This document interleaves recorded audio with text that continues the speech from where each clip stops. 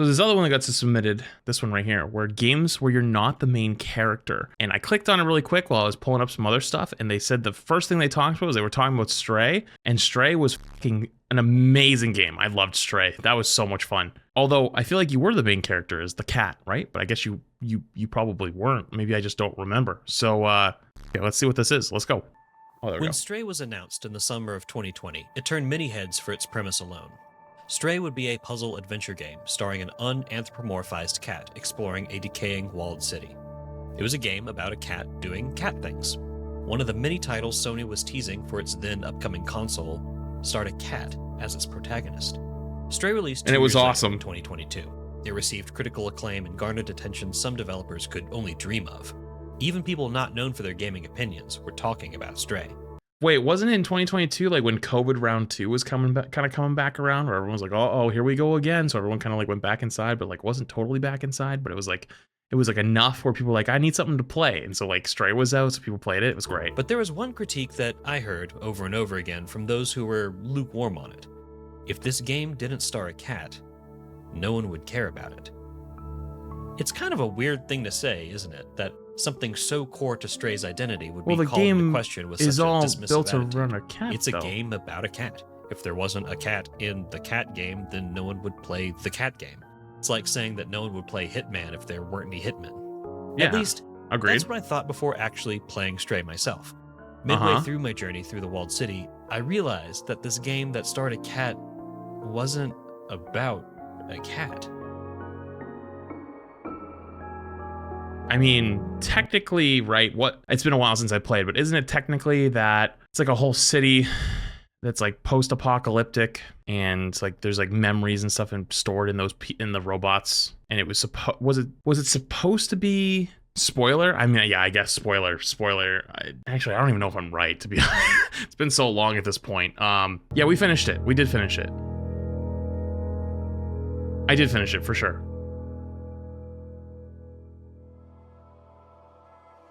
Wait, what did it say? The following video will not contain any major spoilers from the game discussed. Oh, well, whoops. Too late for me.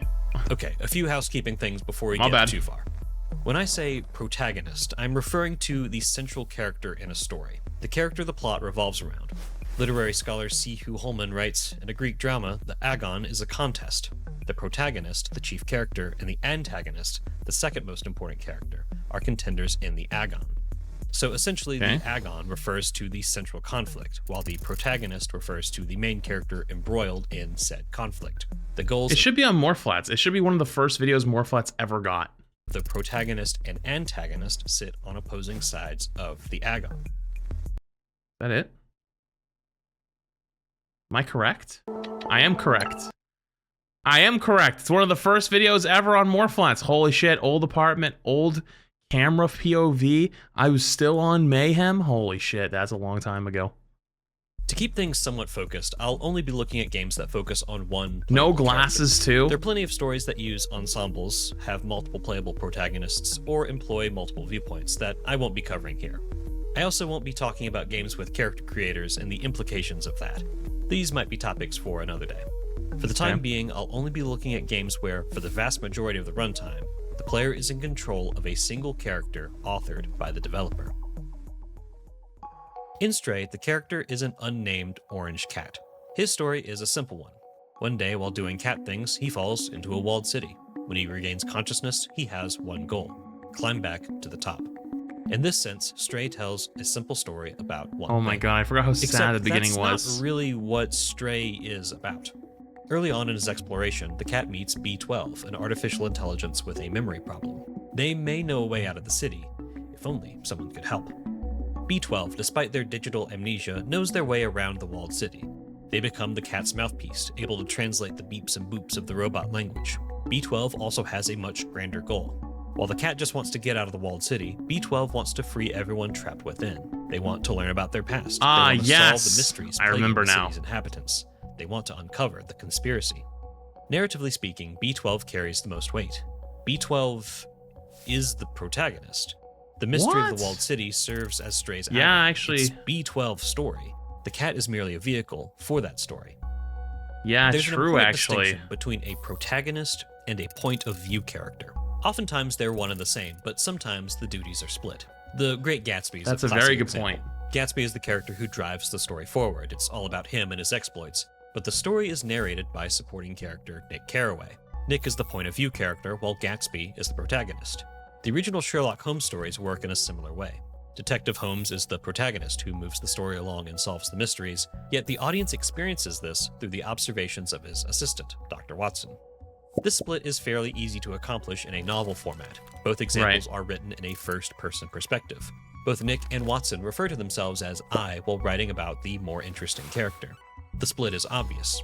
We, the audience, are supposed to project ourselves onto these characters as Gatsby and Holmes' stories unfold. Which makes sense. In film adaptations of these books, that distinction is obscured a bit.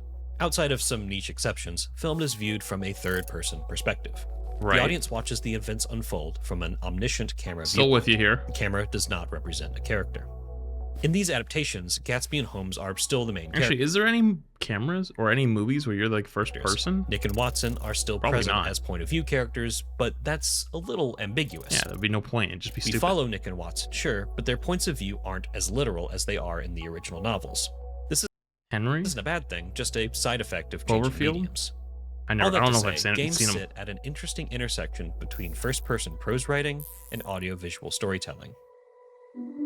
In Stray, the Paranormal player has Activity? Well, Paranormal Activity, you're like a camera on the wall 90% of the time, aren't you?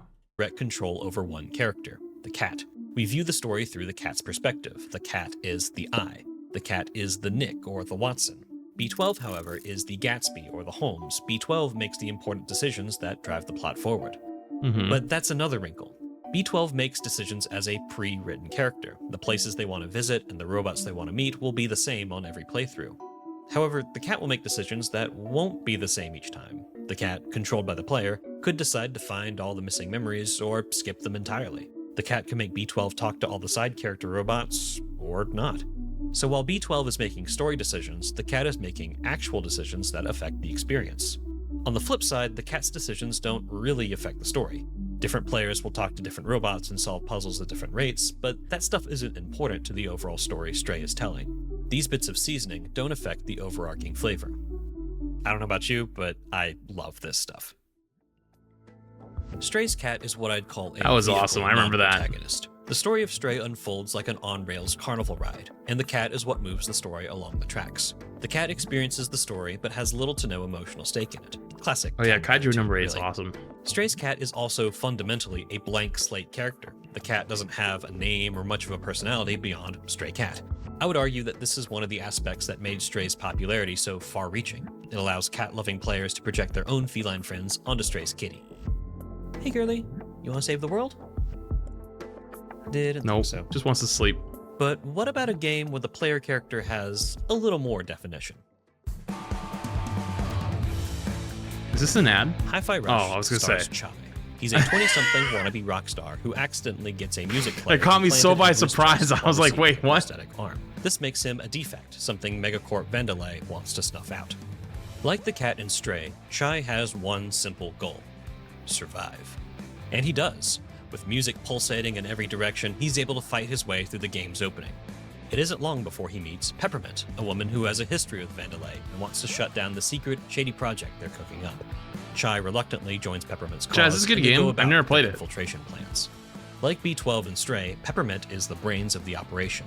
She's the character that recruits the other team members. She's the one with the most personal history with the antagonistic corporation. Very good. She's the one who develops the plans and has the most impactful emotional beats. Really, this is a story about her.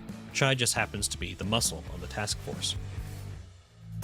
But unlike the cat, Chai has loads of agency and character growth.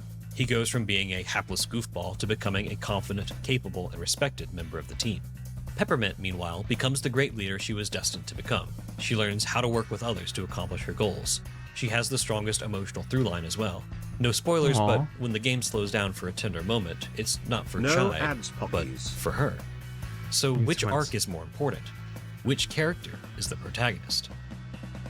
If we're talking strictly in gameplay terms, then it's Chai, hands down. He's the one that runs and jumps and smashes things. He is the character that the gameplay system, which is absolutely fire, by the way, is built around. It But does if look we're pretty talking cool. in story terms, and only in story terms, then Chai becomes the point of view character, while Peppermint takes on the role of the protagonist. She calls the shots. Yeah, with some copyright songs. The lovely. Trajectory of the narrative. If the agon is the quest to take down Vandelay, Peppermint leads that particular charge. But then again, Chai does have a character arc. He gets far and away the most screen time. One could argue that his personal growth, which is happening within the overall plot being driven by Peppermint, is the pulsating heart of the story. But even then, the team is larger than just the two of them. Another character named Macaron joins the squad, and he has his own character arc, similar to Chai's. What makes Chai's arc more important than Macaron's is because one is controllable and the other isn't. They're both on the same team, though. Peppermint's team. Did I mention that I love this kind of stuff? Of course, Chai is far from the first controllable character who receives instructions from someone else. In Resident Evil 4, venturing to save the president's daughter isn't initially Leon's idea. You damn fucking right it isn't, cause she's so goddamn annoying and is the worst fucker to ever have to keep safe through these games. I hated her. There's the famous "Would you kindly" instructions from BioShock, and of course, I would have never come up with that idea. Military shooters fall into this camp as well. But Peppermint and Chai's dynamic feels different somehow. She's not actually on the ground smashing robots, but she's still hands-on with the mission. Her motivations aren't a mystery. She's nothing if not genuine, she just needs Chai's help. If I had to put him into a classic literary character class, though, Chai would be a deuteragonist, a character that's close to the spotlight, but not in it entirely. Even though he's an important character, that's a he's not the fucking leader word of the team, and since he doesn't push back against Peppermint's leadership, his arc never usurps hers. That being said, so while who's the Hi-Fi last Rush one? does have a good story and great humor, no one is really there for its narrative. Hi-Fi Rush is a music-based action game with tight combat, amazing visuals, and vibes on vibes on vibes. That's vibes what on Hi-Fi Rush vibes is on about, vibes. smacking a robot or three with your junk guitar to the beat of a Nine Inch Nails song. In a way, the fact that we can question who the protagonist is feels accidental. In Stray, the audience is there to explore. In Hi-Fi Rush, the audience is there to dance and fight. The attached stories to both of these experiences feel kind of arbitrary. But what about a game that unquestionably subverts the idea of a protagonist on purpose? What about a game that places a larger emphasis on its narrative? A game that bakes its subversion into the very core of its design? What game would that be? Wandersong stars the Bard, a happy-go-lucky boy who just wants to sing. He's not a warrior or much of a hero, yet he's the protagonist of this story. Or is What is this? After learning that the world is going to end, the Bard sets off on a quest to learn the Earth Song, a tune that could prevent the apocalypse, but inconveniently has to be learned piece by piece by the overseers in the spirit world, because video games. Along the way, he meets Miriam the Witch, who would much rather use magic to solve the problems ahead, but the Bard insists on singing. He insists on solving things without the use of violence. He and Miriam travel the world, meeting not a game people, for me. writing Violence songs, is the solving answer. puzzles every step of the way. But things aren't as simple as they seem. A warrior by the name of Audrey also knows that the world is ending. She thinks that killing the overseers will bring about a better future. Instead of her voice, she lets her sword that shoots lightning do the talking. She is the more standard video game protagonist. Everywhere Audrey goes, she's referred to as the hero, not only by the characters in the game, but by the game itself. Everywhere the Bard travels, Audrey is understood to be the main character. The Bard is just a guy who sings. On Steam, all of the achievements are tied not to the Bard's actions, but to Audrey's.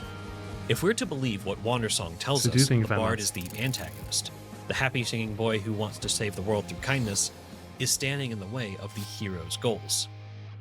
Wait, so you're the bad guy? Wandersong presents itself like a story from a side character's perspective. If Audrey's side of the story is Hamlet, then the Bard's is Rosencrantz. Yeah, but stories from a side character's perspective can be gas. And Guildenstern are but dead. they're not actually the side character. If Audrey's is Beowulf, then the Bard's is Grendel. If Audrey's is the Three Little Pigs, then the Bard's is the true story of the Three Little Pigs. Audrey ticks the standard protagonist boxes. Her journey takes her from place to place, slaying creature after creature while receiving glory in every corner of the world. There's something fascinating about the way the Bard and the player watch the events of Audrey's journey unfold in the background. It's easy to see the Bard's pacifist actions as frivolous, a frustration that Miriam expresses throughout the story. Why can't he just solve his problems like a regular video game character? Red Dead Redemption 2? The audience, you would 100% however, be John knows that Marston. they're not supposed to believe Wandersong's lies. Oh my god, not the John Bard is Marston. absolutely the protagonist from both a gameplay my god, I'm and story blanking. perspective. Fuck, He's the character with the most development. He's the character who makes the decisions that dictate Help where me the out. story will go. The bard is the one who chooses not to use violence. The audience views the agon from his perspective. But he is a subversive protagonist. Wandersong calls the main character It would be 100% into Arthur. question to explore the story's greater themes of nonviolence. In a medium where just about all problems can be solved through combat, the bard doesn't fit the typical mold. He doesn't fight, he sings. This game has a 10 out of 10 on Which Steam? action takes more courage. Really? I feel like a lot of those kind of cozy games do have like really high ratings though. And whether or not they're outdated, especially You know what you're getting in into. media. While I personally don't think the 3-act structure or the hero's journey are going anywhere, it's nice to experience something that challenges these established tropes. Stray, Hi-Fi Rush, and Wandersong are just 3 examples of titles experimenting with established storytelling formulas. I'm sure there are countless more. Even though their plots are straightforward, the way they handle their cast of characters is anything but. The relationship between player, point of view character, and main character are muddied, and that beautiful muddiness can only be achieved in interactive media. I would argue that video games, with their added layer of interactivity, are uniquely positioned to challenge established frameworks, especially when it comes to characters and their assigned roles in a story. Gaming is the medium best suited to challenge our notions of what a protagonist can be.